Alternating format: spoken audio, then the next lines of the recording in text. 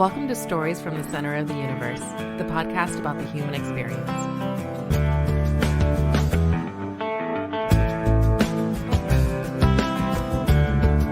Buzz Anthony, welcome to the Center of the Universe. Yeah, glad to be here. It's awesome. Buzz, I heard your name a while ago, but I had never seen you play until the quarterfinal game in the NCAA tournament. And I told this story to Coach Merkel, but I'll tell it again. I had no idea what you looked like. I had no idea what your height was. I really had no idea. Nice. My parents are season, they go to every game. They actually came out to Indiana to watch you guys in the Final Four. Awesome. And y'all come out for warm-ups, the final warm-ups before the game starts. And I'm looking across the team. I'm like, is it that guy? Is it that guy? And I picked half the team. And finally, my mom, who I was sitting next to, she goes, that's him right there with the beard. I'm like, that's not him. I'm like, how tall is he? So what is your official height, Buzz? Let's start there. Yeah, I go 5'10" without shoes on, but good 5'11" with shoes on. Okay, and, nice.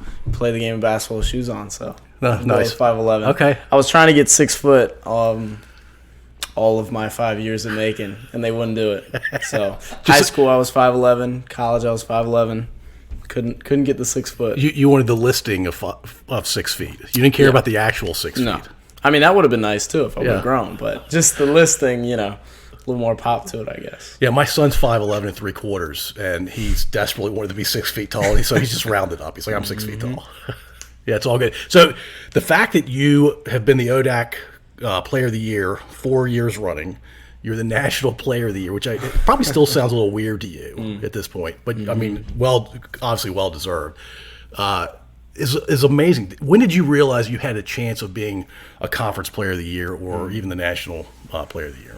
Man, like you said, it still definitely hasn't settled in. I think some of Coach Merkel and our cultures rubbed off. It was always like learning how to humbly accept things, and his thing is just like, on to the next challenge. Like, let me just, dive into the next thing. And so I think that I kind of just took that. So even when I won it my sophomore year, it was like, okay, but we didn't win the ODAC championship, but we did get past the Sweet 16. So it was always like, let me put my effort or dive into something else and kind of not think about it. And there's been a couple days since the season's ended where, some thoughts have kind of come in. It's been like, wow, this is kind of more than I even dreamed of or put, goal setting of my freshman year. But, freshman year, I thought I had a good rookie year, and, I didn't get any recognition or anything, and we had a upsetting loss in the ODAC tournament in the quarterfinals. So there was plenty of fuel that summer. I will say I knew that I'd worked on my game a ton more than any summer. So I think it was a self-belief that I could, but also who knows how awards work. It's coaches voting, so right. I wasn't going to put too much into it. But yeah, it is other people's opinion of you, but it's nice when it goes your way. It is, and me wanting to be a coach, it is kind of like a respect thing. It's, these guys respect the way I play. They respect that our team wins, that, I play a vital role in it. So I think that's one thing that when I was younger, awards was like cool and put on social media. When you get older, it's like, coaches around the league, people who know basketball, respect what you're doing and, respect the way you play. No, that's awesome. We're going to come back to the humility, confidence, inner drive. But I have to ask you, is Buzz your given name? It is not. It is not my given name. I've tried to change it on numerous occasions, and it's actually much more difficult to change your name, as my wife is finding out also. She's still holding on to her old last name, and I've been ragging her about that. But, you got to go to court. You got to get your Social Security card changed and all this stuff. So I still haven't officially changed it. But you want to change it to Buzz? I do. Legally? I do. Can you share what your given name is?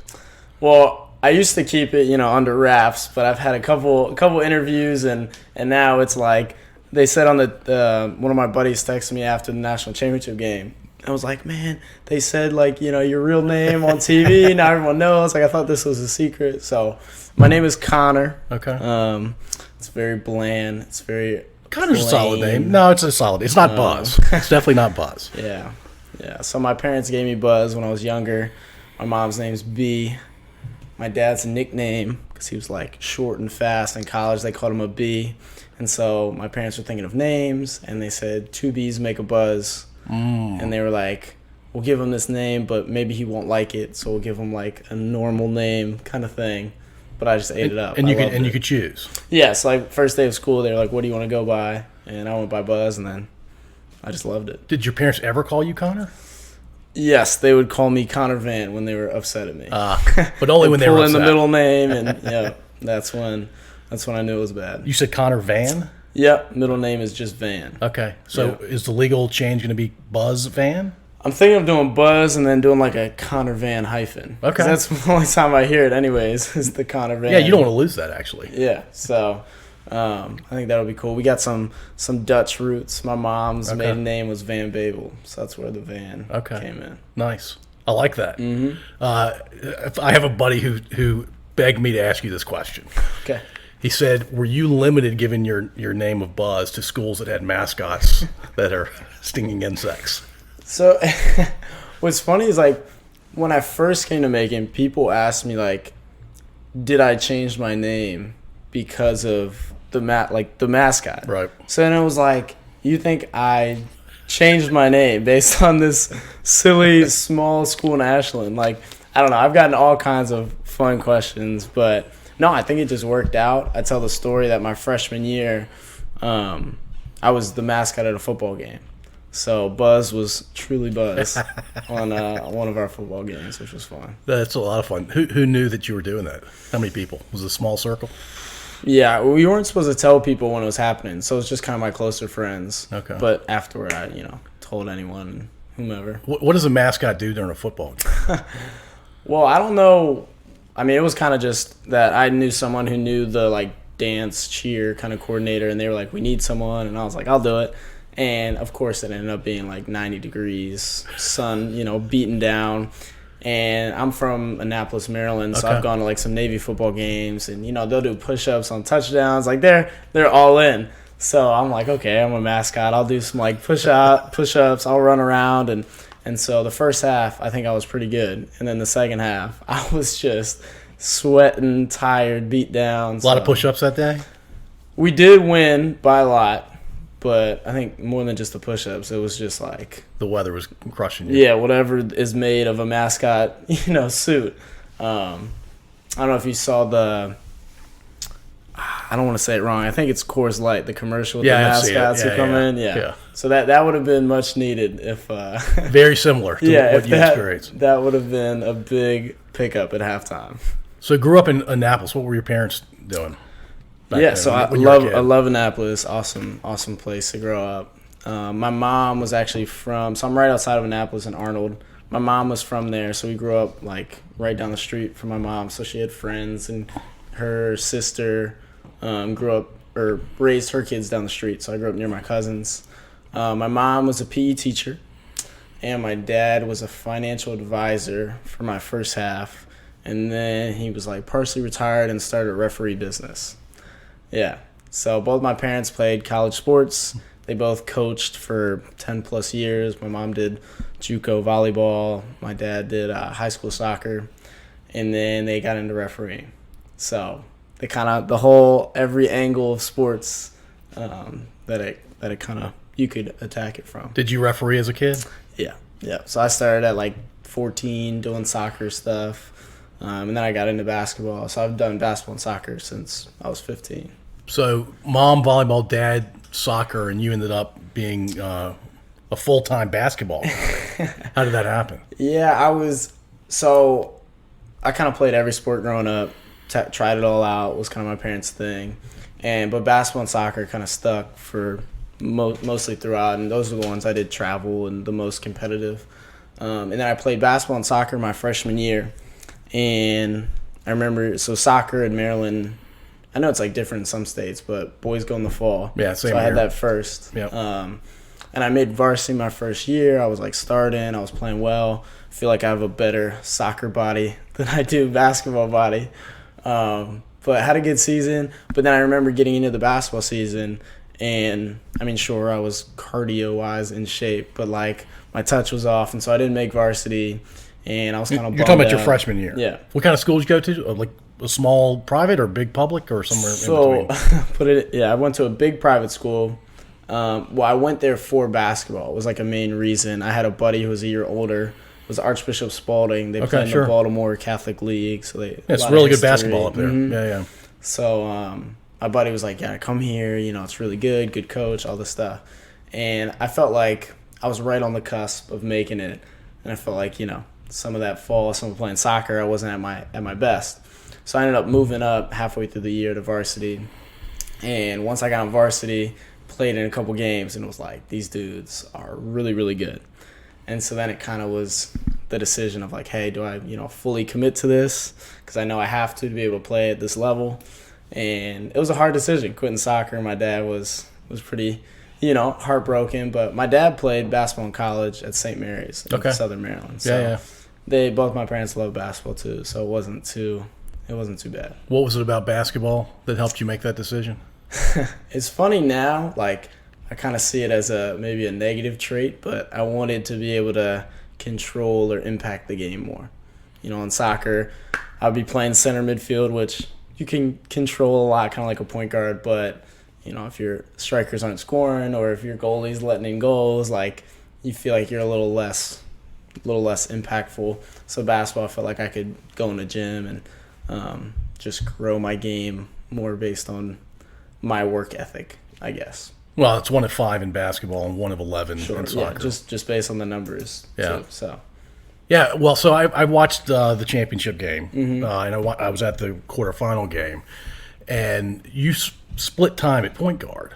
And so you're playing a lot of two guard, right? Yeah. And you're not controlling there. Do you like point guard more than two guard, or at this point you're like I like being on the basketball court? It doesn't really matter. Yeah, that's a good question. It's been fun, like my career as a player since really committing sophomore year of high school. Just the different roles that teams kind of call for. Like I feel like to a fault, I believe basketball, should be played a certain way, and I respect the game. And I want to play good basketball. So like early on in high school, we had good players. I was kind of defense facilitator, all that stuff, and I loved doing that. And then we had some guys graduate and guys transfer out, and they were like, "You need to score," and so I had to learn how to score. You get to making early on. It was kind of that similar process, and it was, well, we need you to score. So it's just been cool in my journey. I've had different steps where I've been called to do different things. So then you have a good relationship with the coach. We're having conversations. What do you see that we need best? So like even in certain lineups, like for most of the year, we started me, JT, Daniel Bongay, Miles, and Fundy. And so I'm like the only guy who's a 3-point threat on the court right then. So it's like, hey, to start the game, we're screening for you. We want you to shoot it, let them get a rebound, be aggressive, be like a shooting guard. Right. And then the next lineup comes in with Ian, Will Coble, and Daquan Morris, and those dudes are all shooting 45% or higher from three. So now it's like as soon as you can drive and draw a little bit of help, bang, and guys are making shots. So it was a fun way to kind of blend all of those different pieces or tools together. So as you got older, it's whatever the team needed was kind of the mindset. Yeah. No, but because of, I think, previous times of having to do it, I had maybe a couple more confidence or comfortability doing different things. What is your favorite thing to do on a basketball court? And I'll give you 3 to choose from. Sinking a contested three-pointer or semi-contested three-pointer, getting a steal, or making an unbelievable assist that nobody saw coming. Probably going to go with steal. So, yeah. I mean, growing up, it was always, I was like the short white guy on the court. I swear that every team has a play they draw up to start the game. But when I would play against a certain team, they would get the tip ball, and whoever I was guarding would start, asking for the ball, and they would just scratch whatever play they were supposed to do, and he would just, think it was going to be an easy bucket. So early on, it was like, all right, you got to earn your spot here defensively. So I kind of grew to love that challenge and love defense. And they don't hurt. Steals don't happen a lot, right? They're pretty rare. When you look at somebody's stat line, 15 points, 9 rebounds, 2 or 3 steals typically. Yeah. It's always interesting how they do steal stats too, because like you could deflect it and maybe someone comes up with it, and it's like, all right, are you of a home stat guy that's going to give you the steal, right. or are you on the road and they give the big who just kind of clunked over it the steal? So it's interesting. And a lot of steals aren't clean. Usually it's 2 players involved. Yeah. I actually don't know how that works. I guess it's a judgment call. Yeah, I'm not sure either. We had only a couple times I've gone to like our SID when I have like maybe 8 assists and I felt like I was doing a lot more, and I watched back the game and maybe I had like 12 or something. So then I kind of talk to him and be like, so, what do we do here? Like the away stat guy just seemed to not do it well, and I'm kind of, I'm chasing whatever, an assist record or this or that. So I never did that with steals though. But okay. Huh. I would have done it with steals because stealing a basketball is a whole lot of fun, especially when it's just you who made the play. Yeah, one-on-one. All right, so as a sophomore, I imagine in high school you were a gym rat. Yeah, I loved working out. I think, like I said, that freshman year of seeing what it looks like really sparked a fire. Like, you don't know what you don't know. I didn't know what high-level scholarship players look like, and then I got to see it. And then I was trying to pick people's brain and figure out the process of how I become that kind of thing. So it was equally mental and intellectual as it was physical for you at that point? 100%, yeah. I train kids now from elementary to high school, and a lot of it is, like, sure, I could give you a skill or I could give you a way to train, but I need you more than anything to know that you're not working hard. Like, what you think is hard work is okay, you may think it now, but when you see a high school varsity player, you're going to go, oh. And then when you see a college player, you're going to go, oh. So I was lucky enough, I had an assistant coach who did a lot of training stuff, and he trained a lot of overseas players. So I would kind of just be texting him, bugging him as soon as I got my license, like, hey, can I come work out? So the workouts were good, but I got to just sit there and watch, a pro make 5 shots in a row and be cursing himself out. And to me at the time, I'm like, what? You just made 5 in a row, but it was kind of hitting the rim. His footwork was off or whatever. And it was like, oh, that's what, perfection, or that's what really, really detailed work looks like. What's the assistant coach's name? His name was Jamal Haywood. He was in for a couple years, and he does it full time. He does training up in Maryland like full time now. Nice. Yeah. And he's good. He is. He played D2 and then played overseas for a couple years, and I think he's sprinkled in some coaching, but he really just loves the development, the player development piece more than the team aspect. Yeah. Right on. All right, so when you were working out as a junior or senior in high school, what did your typical week look like in terms of working out to prepare for games that week? Okay. Well, one thing that I love to say, I think to impart on, but also like what I believed was you want to train at the level of your aspirations. So especially like sophomore year going into junior of high school, it's like, okay, I've gotten a couple calls from some colleges. Like, I need to start thinking of myself as a college player, so I need to start training like a college player. You're thinking that as a 16-year-old? Yeah, like going into junior year. Oh, wow. So for me, it's just like, hey, Googling, college basketball weightlifting program. Okay, this one looks good, print it out, do it for 4 weeks. I didn't like that, I'll do a different one, print out a new one for 4 weeks. So I think that was something of just doing that and then being around that assistant coach who was pro workouts, college workouts. And I think it helped my mindset of like, okay, what would a college player do? What would a college player do? So starting my end of my sophomore year, going into my junior year, I would go at 6 a.m. before school, and I would go, about 2 to 3 times a week. And that assistant coach, Jamal, would come up maybe once or twice a week with me, which was awesome. And we would get some workouts in. And then I go to school, and then junior year, at the end of junior year and senior year, I started doing my lunch period, and I would just walk away from the cafeteria. You skip lunch? Yeah, and I would go to, I would just go to the gym and just shoot. We had uniforms, so I had to kind of like, loosen the tie, flip the tie off. Oh, you went to a Thai school? Yeah, private Catholic school. And so I would get some shots then, and the teacher I had the next period would let me eat my lunch in that class. So I found little ways, and then class would end, and I would get a lift in, and then go home. So that was kind of my rhythm during high school. Is this your personality at play, or is this your love of basketball, or both?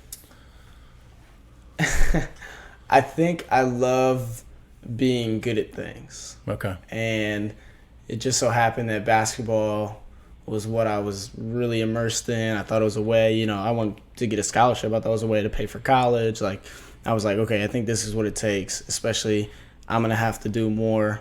Steve Nash has a great quote that he's like, if everyone worked as hard as I did, I wouldn't have a job. Like, he knows he has to work the extra level because he doesn't have the other talents. He can't jump gifts. 45 inches. Sure. And yeah. So I think I took that mindset on, and you gain like mental confidence, you gain an edge because I'm playing a home game and I'm like, all right, dude, this guy I'm guarding or whatever, like you weren't in here in this gym like when I was in here. And so you gain an edge from that, and then my senior year it was about trying to bring teammates involved. So by the end of that fall, my senior year, I had 6 guys in there with me at 6 a.m. Nice. So that was as I look back, I'm probably more proud of that than these are high school anything kids. Else. Mm-hmm. And one of them, 2 of them didn't start.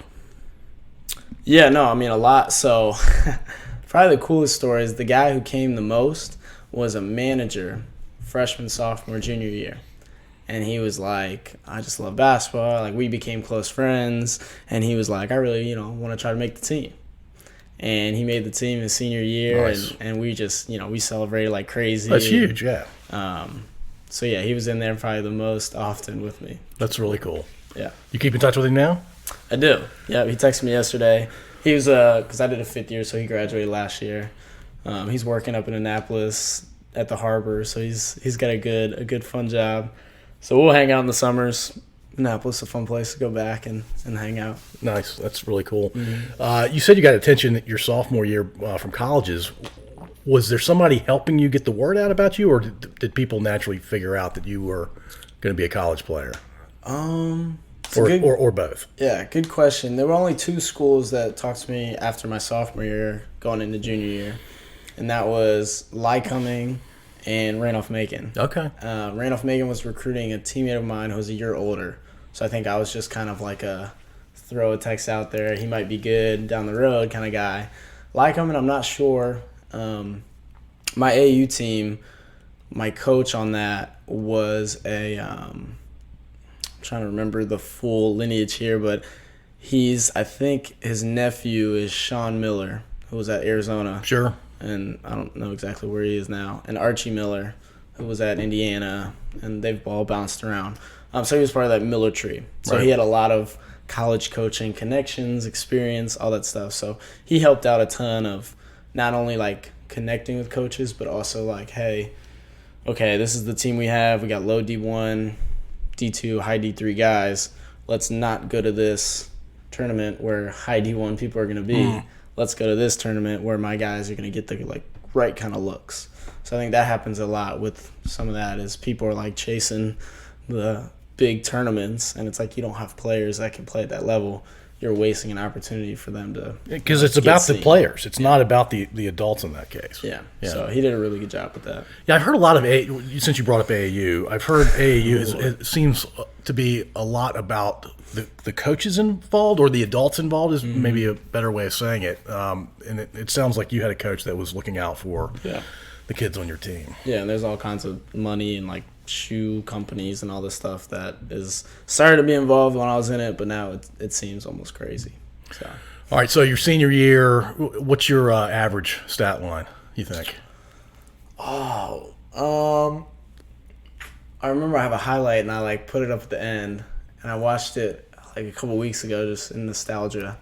I think it was like 18, 6, and 5. I think it was what I averaged, like 6 assists, 5 rebounds. Okay. High school didn't win a lot, barely won at all. Really? So, yeah, I went there because they were good. Freshman year, we lost in the semifinals of playoffs, but I didn't really, play that much. I got moved up. Sophomore year, guys graduate and transfer. We go 4-26. That's brutal. Brutal. But I do tell this: we beat the I'm not sure what 6A or 2, I don't know, whatever the biggest public school divisions 6A are. sounds right. 6A. We beat the Maryland State champs via public school that year. So to give some comparison of like How does that happen? private versus public, how much is recruited, like the talent differential. In Maryland in particular. Right. Yeah. So like we went 4-26 playing all private schools except for one public school, and they ended up winning the whole thing, the state championship, and we beat them. So I do tell that in some like we weren't bad. Right. It was just we were playing at a really high level. My senior year, I was like third team all conference. We were 13-19, and all the guys first, second team were going Division I.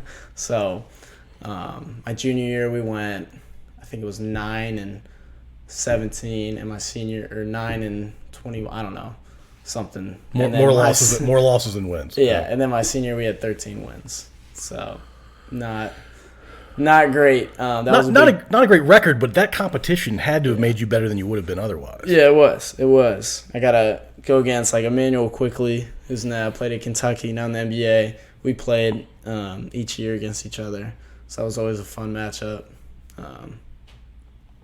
But yeah, so that was a big piece of looking at college, was I wanted somewhere to win because it was brutal. A lot of tears, a lot of like calls with old coaches or my parents of like, man, this sucks. Yeah, so. it's losing is not fun. Yeah, in any endeavor. So it sounds like you were low D1, Division II, high D3 kind of guy. Yeah, coming out of high school. I was talking to Lafayette and Navy, a good amount, going into my senior year. Stonehill was a good D2 up near Boston. I visited there.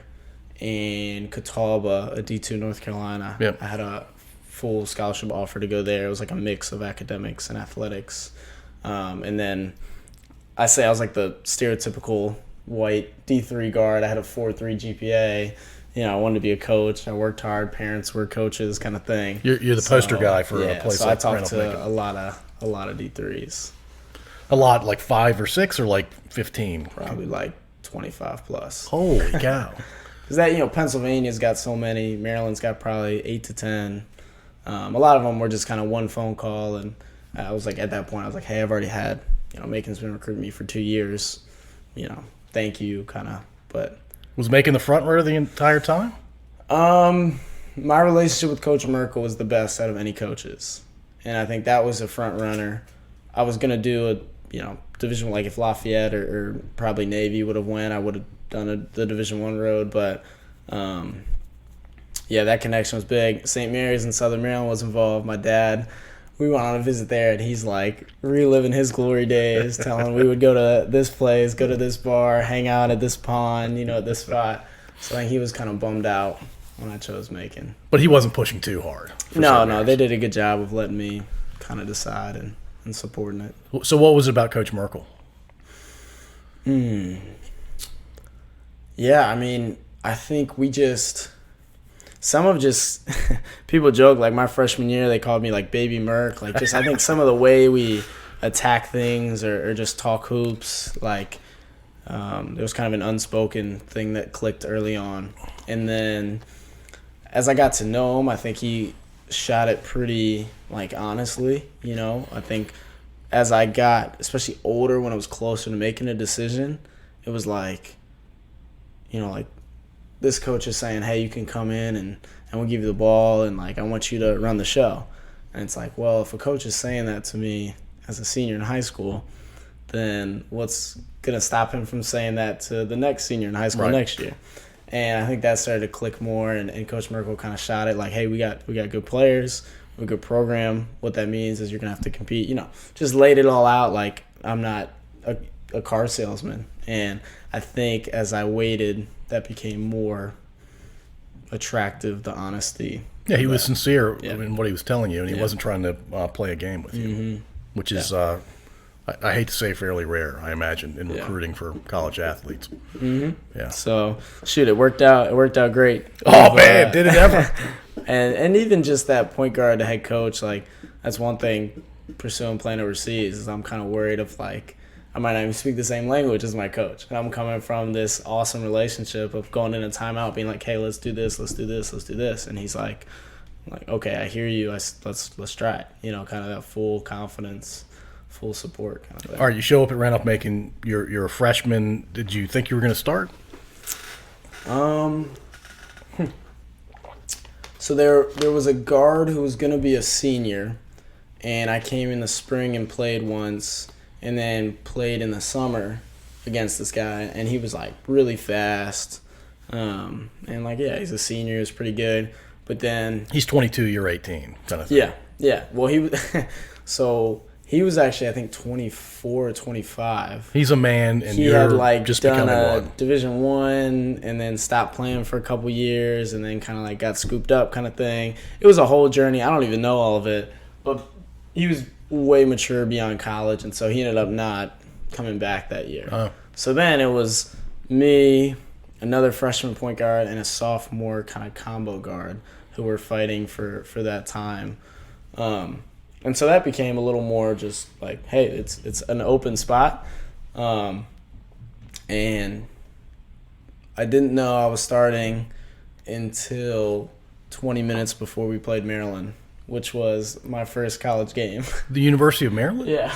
Why was Macon playing Maryland? Yeah, so there's exhibition games Okay. where D2s and D3s, you know, they try to play Division I's. It's like their little warm-up game or whatever. Right. So we were University of Maryland that year. And so that was really cool for me, being from Maryland. Oh, yeah. So my first college game was in the Xfinity Center playing against Maryland. So, yeah, 20 minutes before the tip, he, like, wrote initials on the board and who you were guarding. And so I was guarding Kevin Herter. They're 6'7", two guard. Yeah, So and he's with Atlanta now, right? Yeah, he's been killing it. Yeah, he's really good. Yeah. And They were so wait a minute, ginormous. is he 6'7" with shoes or without shoes? All Let's make him 6'8". Let's call you 5'11". right, cool. That's how did you guard him? I mean, I just ran around. You know, I just had my head cut off. It was my first game ever. I actually ended up leading us in scoring, though. I had 10 points, which was kind of cool. That is cool. I know we were down, you know, a lot, so it wasn't like it was super meaningful buckets. But I do tell the story of that game, and I, you know, played in a good high school league, so there was actually a guy I played against for 4 years was a freshman on that Maryland team who I played against. There was just more space on the court, and I think I kind of, Division I, like the more athletic guys are, I think the less disciplined they are because they can make up more ground. So, like, I would come off a ball screen and I could get in the paint, but now it's kind of like, you know, they're like, okay, now what kind of thing. Whereas Division III, it's like you're coming off something, they're going to be loaded up, gapped up, like they're not going to let you, Right. you know, penetrate, and they're going to get back. But now maybe a guy can shoot over that guy, whereas in that Maryland game, it's getting blocked. You're not shooting over anybody. Yeah. So it was interesting as a guard, as like a creator. It felt even more comfortable in that Maryland game. Then a week later, we play home versus CNU. CNU was really good at the time, and I think the game was like in the 50s, and just I felt like I couldn't move freely out there at all. So, Very well prepared, because Yeah. if they wanted to win, they had to be well prepared. yeah, discipline, like everything. So how did your freshman season go? So I struggled a fair amount, just like some turnovers, the speed of the game, finding confidence, basic freshman stuff, until the Christmas tournament. So I think that was about like 8 or 9 games. And then Christmas tournament, we're playing in our championship game against a good Hobart team. And I scored like our last 9 points, and we win the game. I finished with like 17, career high. And from that, like that was the No looking back. That was the confidence, the jump start I needed. So I think from then on, I averaged like 13 or 14 in conference. And yeah, we got rolling after that. And you didn't look back Yeah. from that point. Yeah. Kinda. Pretty much. Yeah, so you started your entire freshman year? I did. I played in every game in high school and college except for this year. I missed 2 games because I was contact traced for COVID. So in 9 years of high school and college basketball, only 2 games I ever missed was COVID contact trace, which is, well, Yeah. we'll learn more as time goes on, but yeah, that probably seems silly Yeah. looking back at it now. All right, so your sophomore year, I mean, you end up being voted conference player of the year. And you're, 19 years old at the beginning of the season, I'm guessing. Yeah. I mean, you're a young guy. You're playing with the guys that are 22. Yeah, I think I was 20. I was 20 because I took a gap year after 8th grade, so I was on the older end. So okay, but still, you're still playing with older guys. Sure. Why do you think those coaches voted you player of the year? What was it about your sophomore year? Because normally they don't give it to sophomores, right? They're typically looking at juniors and seniors. Yeah, well, there was a good senior, Josh Freund, who put up good numbers. He had 19 a game. He was a big guy. I think he had won it the year before. Played for Roanoke, and they just kind of weren't. They just weren't winning the games they were supposed to be winning, and we were just winning a ton. I mean, I think it helped that the ODAC had been down in a national sense for a while. In sophomore year, we got up to I think number 5 in the nation. So I think not only was it Macon's getting to be pretty good in the ODAC, but they're good nationally, and I mean, that year we had a ton of guys who could just really shoot the ball. And so my ability to create, I was really our only creator. So I think if I was a coach, it was without this guy creating, a lot of their offense maybe doesn't flow the way it does.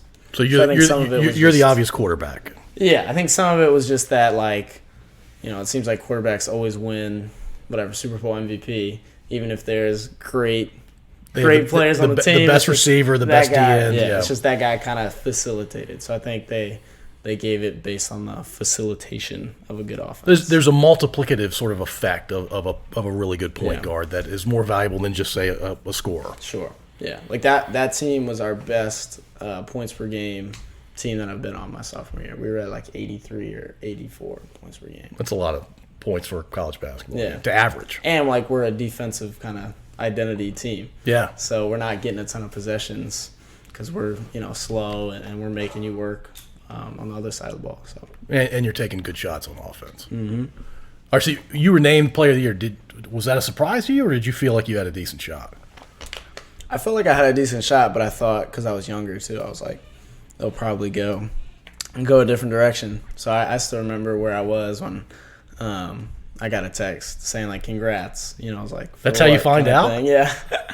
So yeah, it was cool. It was really cool, and especially because that summer, I felt like I had worked the hardest I had, at any because there was so much fuel from letdown the year before. Right. So was there a point after being the player of the year your sophomore year where you're like, I guess I have to win it the next 2 years too? Did that ever enter your brain? Yeah, it's probably man, I'm trying to remember this quote. It's out of 100 people, out of 100 warriors, 99 can handle adversity or overcome adversity. That's the warrior spirit. Is that was me, short white guy, chip on the shoulder. They'd come at you the first play defensively. That was my career. And then it was winning an award like that. Then it was only one of 100 can handle success, can handle praise. And I mean, probably for about the next year and a half, I was not mentally, the best at doing that. I was just paranoid. It was I would finish a workout after that sophomore summer going into junior year, and I'd be untying my shoes, and I'd be like, man, did I work harder last summer? It was just always in the back of my mind. I'd lace my shoes back up. I'd go for 15 more minutes. And yeah, I mean, some whatever NBA guys, they'll talk about being obsessed, and it was almost the obsession of love for basketball or this or that turned into I have to repeat this, or I have to do better. Almost like I said, paranoia. And so obviously as years went on, I was able to handle it better and kind of learn how to do it. But yeah, it was really tough. I 100% totally respect and have a newfound appreciation for greats who do it year in and year out, like the Tom Brady's and LeBron James and that stuff. I mean, it's tough. Your 1 out of 100 notion is dead on. Repeating, doing it 2 years in a row is amazing. doing it 4 years, and some of that is obviously there's a weird fifth year because of the pandemic, right? Yeah. Which we'll get to in a second. Yeah. But 4 years in a row. It sounds like you were less and less paranoid as your career went on at Randolph-Macon, but there was probably something in the back of your mind almost all the time. Yeah. Yeah. Definitely. But you obviously handled it well. I tried to. At least from the outside, it appears you handled good it well. mentors, good people pouring into me, helping me out. But yeah. All right, Coach Merkel was talking about you working out earlier in your career, like this 8 p.m. workout, then a 2 a.m. workout, and then an 8 a.m. workout. Yeah. Was that year-round, or was that during season? Was that before the season? What was that? Yeah, so I started it the fall after my freshman year. Plenty of fuel in the tank. I came from watching a video about Kobe Bryant, and he was talking about his story and how he would work out and stuff, and he was like, look, I just wanted to get better, so I talked with my, this certain doctor guy and this guy, exercise science, and he's like, if you have 5 hours of recovery, like that's optimal for you to get a 90-minute workout in. So he was like, I didn't abide by the, 16 hours of daylight, 8 hours of sleep. He was like, I just looked at a 24-hour day, and I was like, 90-minute workout, 5-hour rest, 90-minute workout. So he was like, I would just go at any time of the day. You were doing that 7 days a week? So I took it and was like, okay, I'm not Kobe Bryant. I'm not in the NBA. This isn't my job. I'm not getting paid millions. I have other responsibilities. But the dude puts his pants on the same way I do, one leg at a time. I can at least do this once a week. So freshman year, season ends, and I'm like, all right, I'm going to try it. And Thursday nights, I would go in and go 8 p.m. and then, have a break, and I would go like 2:30, 3 o'clock, have a, that 4 or 5 hour break, and then go at 7 or 8 before class Friday. And I started doing it, and again, talking to like high school, that 6 a.m. thing gave me the mental edge. Like I started killing in pickup and like was really playing well that spring. And, I thought like maybe some of that was mentally and like the edge of being in the gym at 2 a.m. And so I took that on. And so I did it in the fall and spring the next 2 years. But it was 1 day a week, or were you doing it 1 day a week? Yeah. Okay. Yeah, in the fall and the spring. Because, physically it was not probably the most healthy thing, considering my 5 hours of recovery was in class for 4 hours and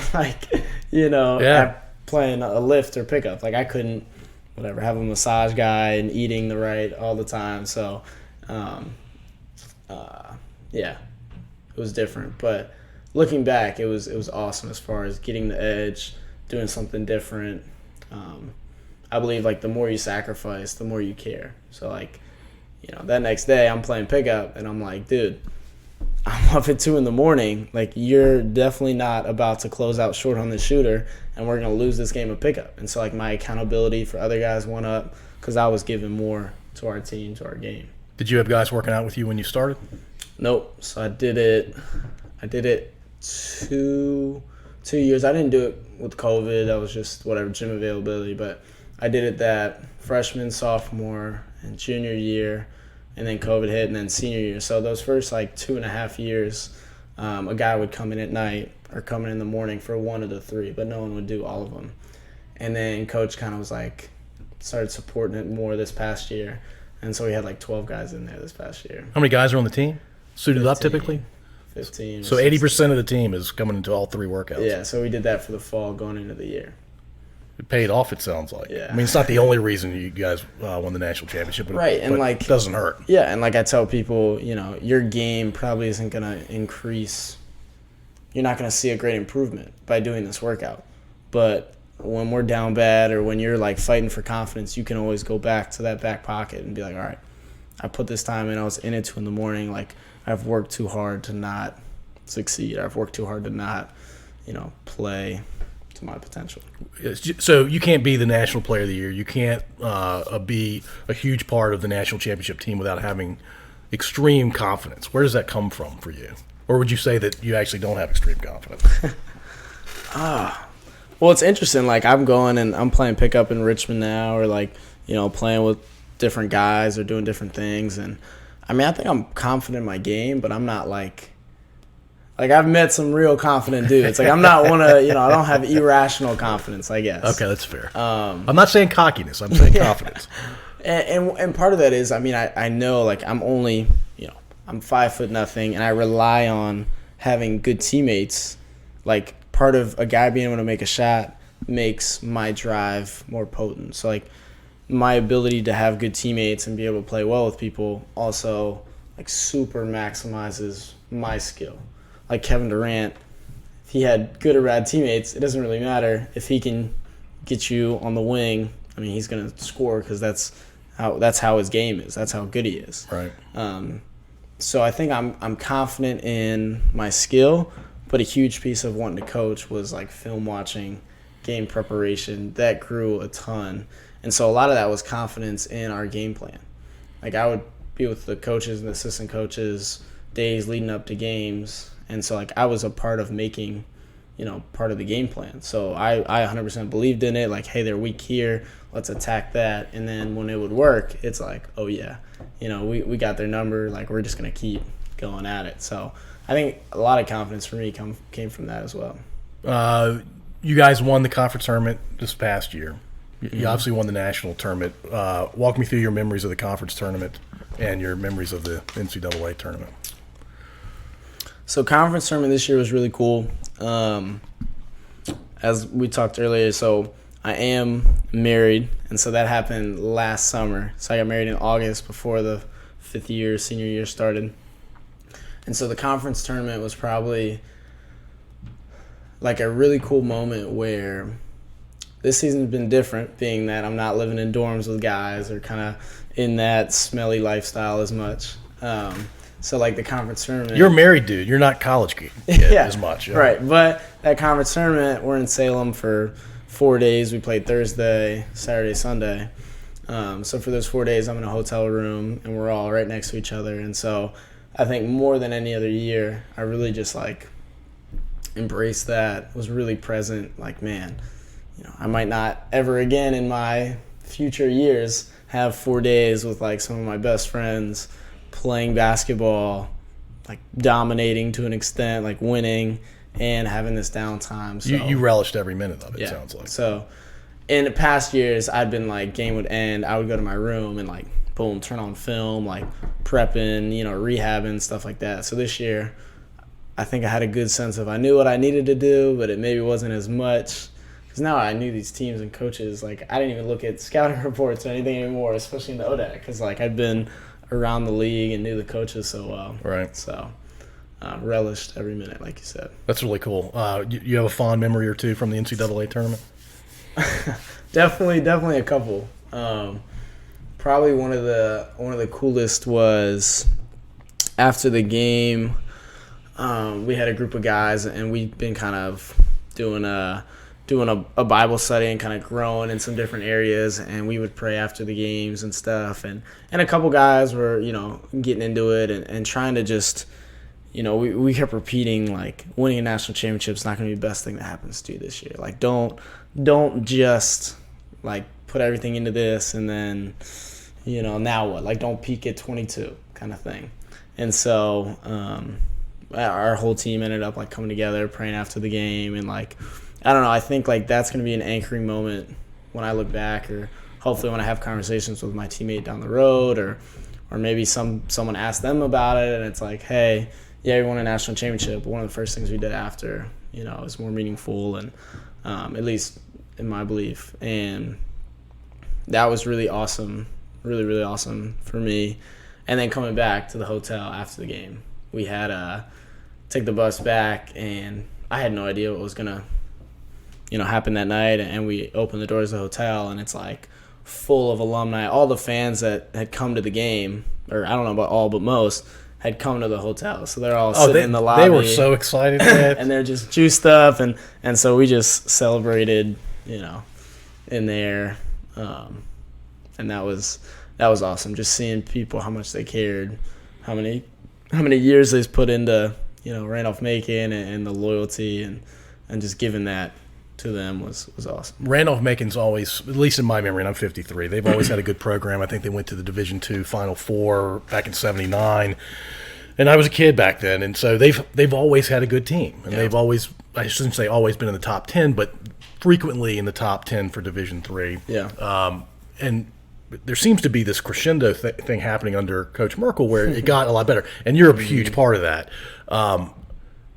I think it's awesome to win a national championship, but I think the kids that come after you, there's going to be more pressure. There's going to be a little more paranoia. And the cool thing is, or maybe not so cool, you are leaving the program and you don't have to sweat it as much. Yeah.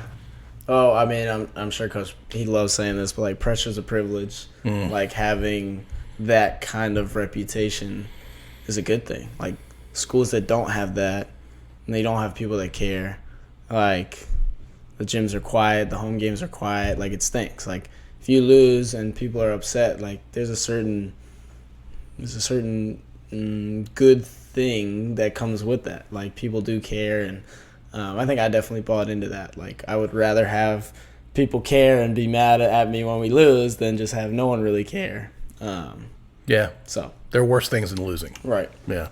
Right. All right. So you have an agent now, I understand. Yeah. And you're his only D3 guy. What are you looking to do over the next few months or year or so? Learn. Like, even the process of the agent, it was like, got a couple good connections. I was talking with 3 different agents, and it's kind of like, they're like, hey, do you have any questions for me? And I'm like, tell me anything and everything about this process, and I will ask you questions as it goes, because I just didn't have enough baseline to ask questions. And this is also someone where, like, that high school assistant coach, like, I've been around some overseas pros. I've had some buddies of mine that have went and played. So it's not like I'm completely a foreigner, but just all the intricacies to it all. And so it's been just a huge learning curve of, like, what do I expect? How can I be prepared? How do I train? And so the guy I went with, been doing it for over 20 years.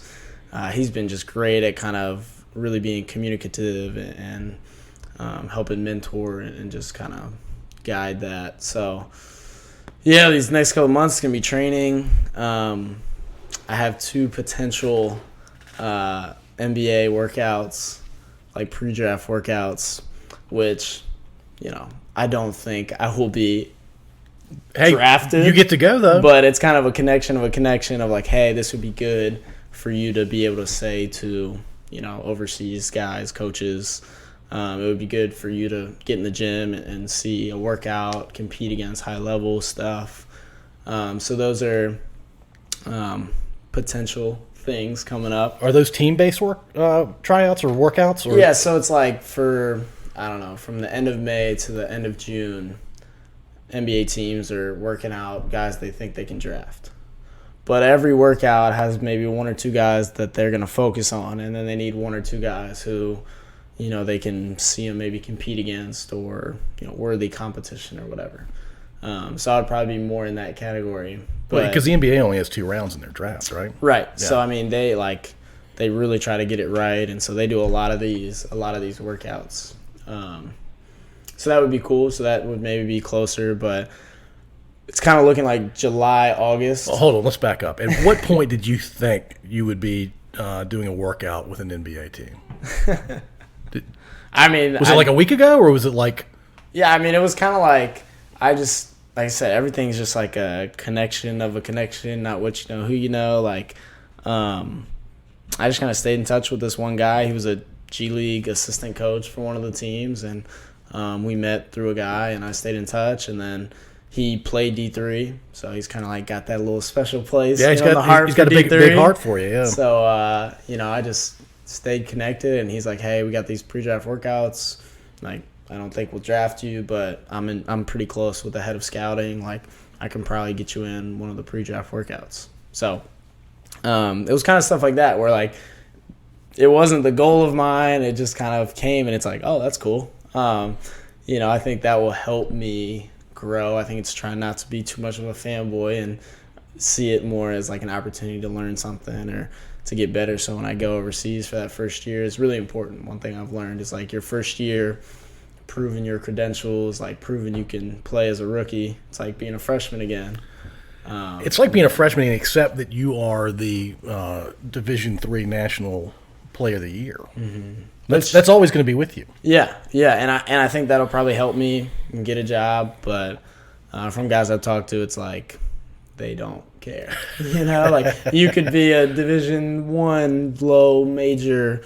Like I talked to a guy from William and Mary, and he's like, William and Mary, Randolph-Macon, they mean the same thing over there. He's like, if you're not from a Power 5, like they're like not a lot of respect, but then you come and if you prove it, then it's kind of you exponentially, elevate into whatever, higher paying jobs, more experience, and more valued positions. So I hope you make the NBA, man, but let's assume for a second that you don't make the NBA.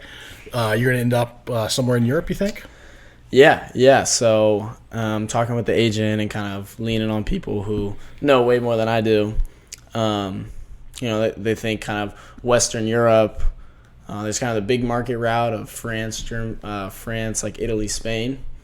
And you would start in like a third or second tier league, kind of like how soccer has different stuff, and then kind of work your way up maybe, or get in like a smaller market of Portugal, Denmark, Sweden, and play on a first tier team and play really well, and then kind of try to move into some of that stuff. So that's what it's looking like. Becca and I, probably goal or dream spot, which is what a lot of people have been asking us, is in like 3 to 5 years if we could get to Australia or New Zealand. That would be, we both love the beach. I'm a surfer, so that would be really, really cool. I was going to ask you, do you have interest outside of Becca and basketball?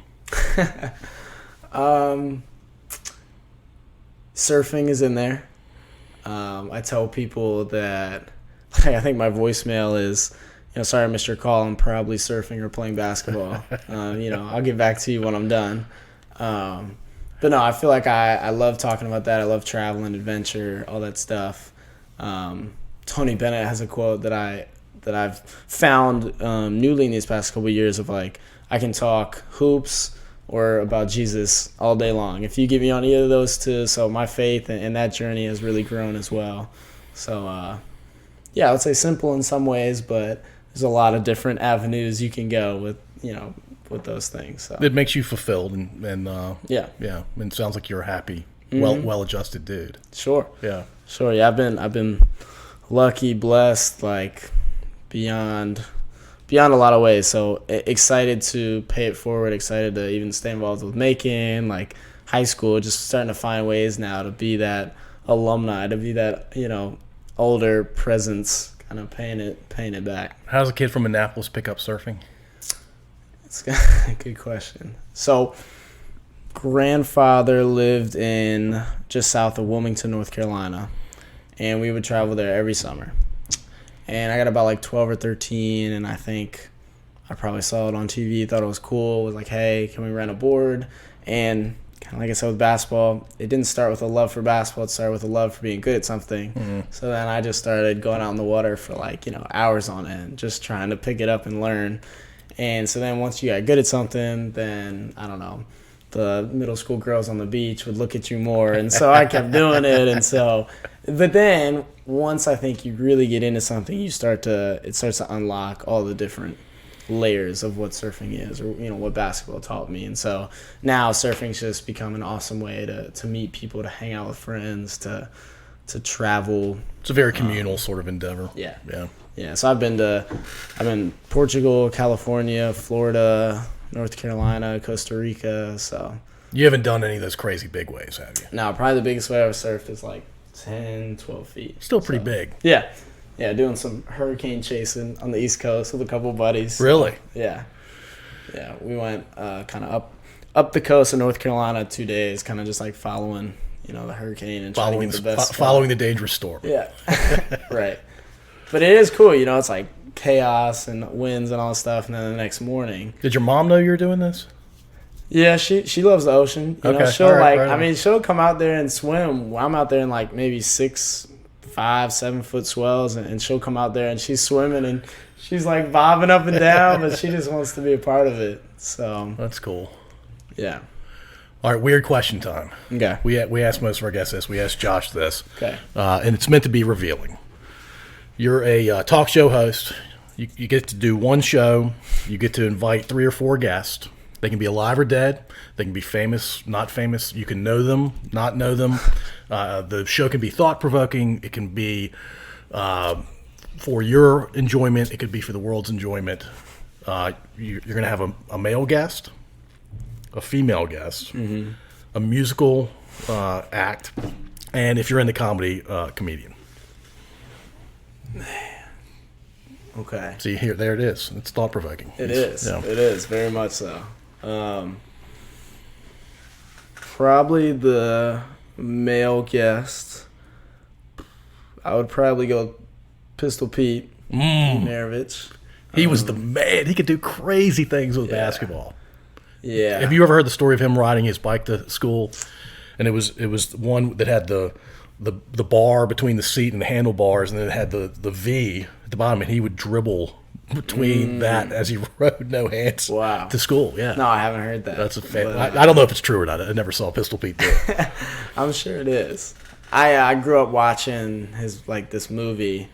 I don't know how famous it is or what, but the VCR of Pistol Pete made it in my house. He was the man. And there was only one spot in our upstairs living room that had a VCR, but I would watch that thing. Probably watch it 50 to 100 times between 6 years old and 12 or 13 years old. So I would probably just ask him all the stories, all the stuff about the movie, and so yeah, he would be my male guest. Female guest. I think I would probably go to, my mom is a very interesting person in my life. I think we're wired very similarly, but also, different. There's different, and now that I'm getting older, it's the change of, okay, that's just my mom, to okay, it's a friend, it's a person, it's someone who I've learned so much from. We're kind of diving into our relationship, and she talks a lot about her mom. And so her mom passed away when I was 3. So there's just so many stories when we'll be talking and she'll reference her mom, and it's man, now that I'm kind of getting more into our relationship, I would love to have more of that contextual background to kind of know more about my mom. So that's probably who I would go for my female guest. And then we're going music. Music for me is probably 2 different ones. You can have both one. This is your show. 2 very different people, different styles, but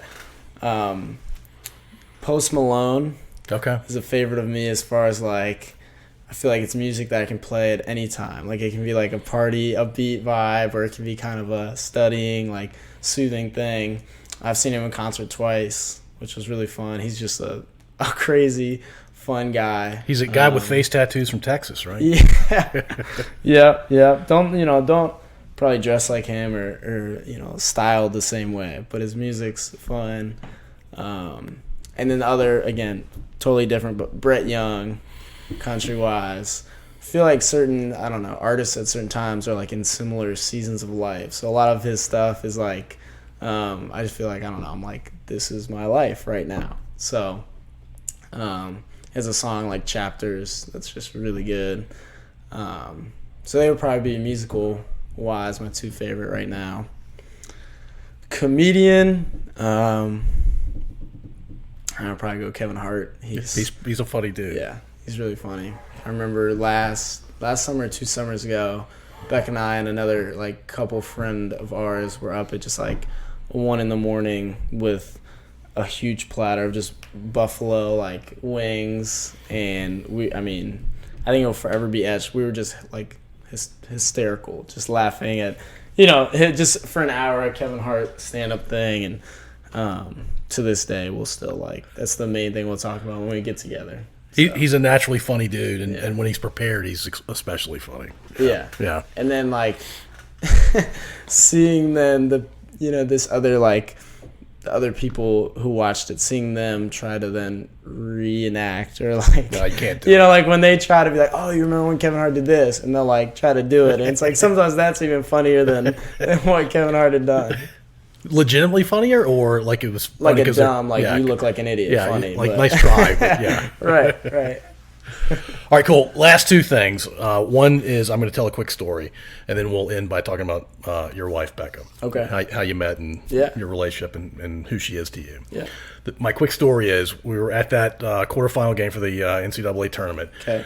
I told you I was there with my parents. I was also there with my youngest kid, my 15-year-old daughter. And I will tell you, she knew you were coming here tonight, and she's like, she keeps asking me, when's Buzz coming again? When's Buzz coming again? And I don't know if you saw her, but she walked outside, and she was looking in here. And the story is, after that game, you guys were celebrating as a team. Yeah. Alumni were around. Standard fans were around. She came up to you and asked to take a picture, and you did not hesitate one bit, and you stood there and took a picture. It probably took 45 seconds, but it was 45 seconds you could have been spending with Becca or your teammates or whoever, and you took the time to do that, and you didn't have to do that. So that speaks volumes to who you are, and I appreciate that. Yeah. Thank you. It was it was an awesome moment. Like, that's actually we did a team reflection meeting, and it was like favorite moments. And one of them was praying with the team after, but one of them was after knowing we were going to the Final Four. The like Modge Podge of people on the court, of like team, alumni, coaches, my family, and then like awesome like Ashland community. Like, everyone's kind of played a part in that role, and I was, I don't know, lucky enough to be able to like get a sprinkle of everything. So that was really cool. Yeah. Well, we were part of that little hodgepodge on the court, and she disappeared for a second, and then she comes back and she's got a picture with you, and I'm like, what? That's awesome. Very cool. Maybe I can do something cool in the future and make it worth some money or something down the road. Right on. Cool. All right. Tell us about Becca. Man, Becca. So how we met freshman year in January, so about midway through the year, and I was actually doing a dance competition with her best friend. So hold on. What kind of dancing are we talking about? I don't know, just whatever you felt like that song called for. Okay. I don't know. It was just, one of those circles of people, and I got thrown in, and so she plays basketball. Her best friend also played basketball, so I kind of like knew of them. Right. So I wasn't like a total stranger. But that was how we first met, so she'll joke about that a lot. She's just super athletic, super fun, and that was kind of the first thing for me. It was like, man, like she's, super just doing a lot of the same things I'm doing. A lot of the same friend groups. We're playing intramural volleyball, spike ball, kickball, soccer. We're doing all this stuff together. And then that summer, my parents had moved to North Carolina, and so they're down there in that Wilmington house.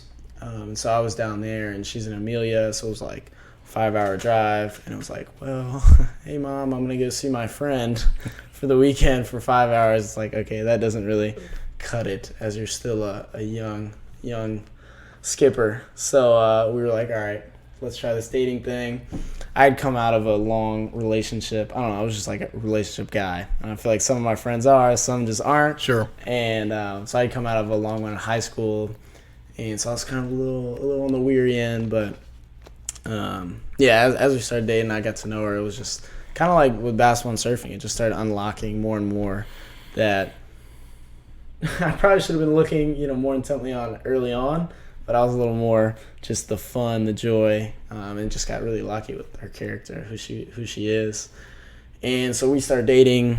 Boom, we're like 2 years in, my junior year, and I do love telling the story and this kind of testimony of like, I was on my high horse junior year. We were rocking and rolling.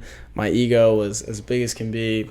And I was down in Florida with my cousin, and it was around Christmas time, and we went out to a bar, and we drank a little too much, and I ended up going back with someone else. And I didn't tell Becca about it. I was like, I still love her. It's not like a big thing. And then that spring, COVID hits, and we've been dating for over 2 years, and we'd be going into senior year, and she's like, hey, what are you doing? Like, what are we going to do? And there was just this like crazy guilt put on my heart of like, man, she's going to make a decision that's going to impact her whole life, and I haven't even been honest. And so, me, I'm like, okay, I'll just break up with her. I'm unworthy, whatever. And if you try to break up with someone that like God is, meant for you to be with, it doesn't work. And so then that whole night, I'm like crying. I gotta tell her. So I tell her the next day. She's upset, and we don't talk for 3 days. And then I get a text, and I see it's her, and I quickly open it, and all it says is, "Hey, my dad wants to talk to you. Is that okay?" Oh. And I'm just like... And you've met her dad at this yes, point. Yeah. We've been dating for over 2 years. Great family. But, I mean, yeah, I'm like, oh, crap. So I'm like, yeah, sure. Anything, like, okay. So I remember it like it was yesterday. I'm getting out of coaching an AU team during COVID. And I get out of practice. We had a scheduled phone call. And I answer the phone, and he's like, hey, Buzz, I just want you to know that I love you, that I forgive you. And this is her dad. yeah. And he's like, this guy. I've been married 23 years. My father-in-law's never said that to me.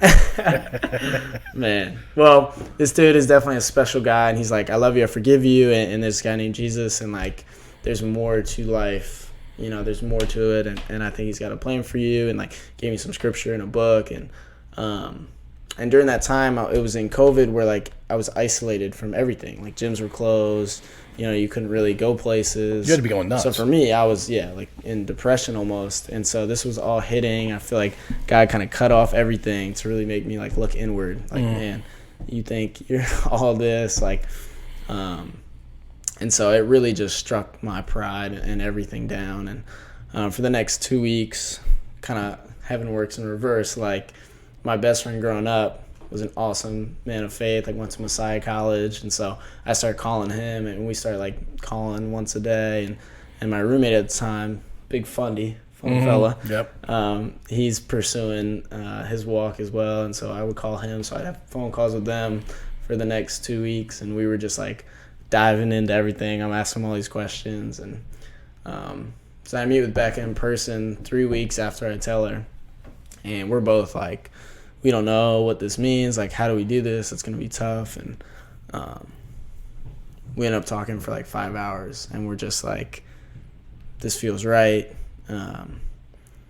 And she tells the way she tells the story, she goes back home that day and tells her parents like, hey, like I think I just met my husband. And, as crazy as that sounds, like as, messed up, like if God's grace, like it's crazy and he's so merciful. And so we felt like we wanted to be uncommon and different and tell our story, and so we were like, let's get married while we're in college. It was a mutual thing. Okay. Yeah, so we were like, we felt like that's what we were being called to do, and we were like, we want people to see us and be like, what, you're so young, you're married, like we wanted that question because we wanted to be able to tell this story because we didn't feel like it was ours, and we felt like there was more to it. And so then we decide that. I propose February 6th, 2021. Was she surprised? She was. Okay. We had kind of like in Christmas, we already got a venue in December. So it was just kind of a matter of when to propose. It could have been the 7th. It could have been the 5th of February. Yeah. So I did that, and then we got married in August. So quick turnaround. August 23rd, 2021, we get married. Go into our 5th year. She did a 5th year as well, doing basketball. So we both kind of had this like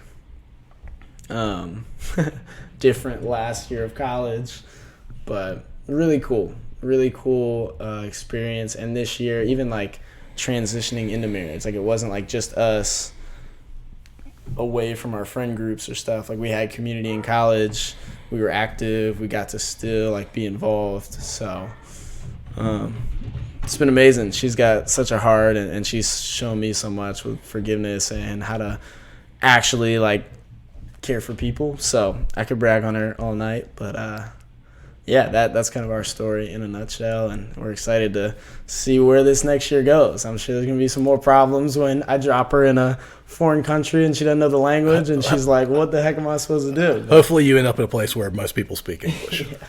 Yeah, and she loves to travel, so she's excited for it. Maybe do like English teaching or something. Yeah, that's great. Buzz, I can't thank you enough for coming to do this, man. I know you've been super busy the last few weeks. I can only imagine what your last few weeks have been like, but really appreciate you stopping by and doing this. Yeah. Well, this has been great, and I graduate this weekend, so we are on a high. We're feeling good this week. And then I wish you nothing but the best on your efforts in Europe. Thank you. Thank you for listening. If you enjoyed this episode, please subscribe to wherever you listen to podcasts. We'd also really appreciate if you'd rate and review us. You can find us at scodupodcast.com.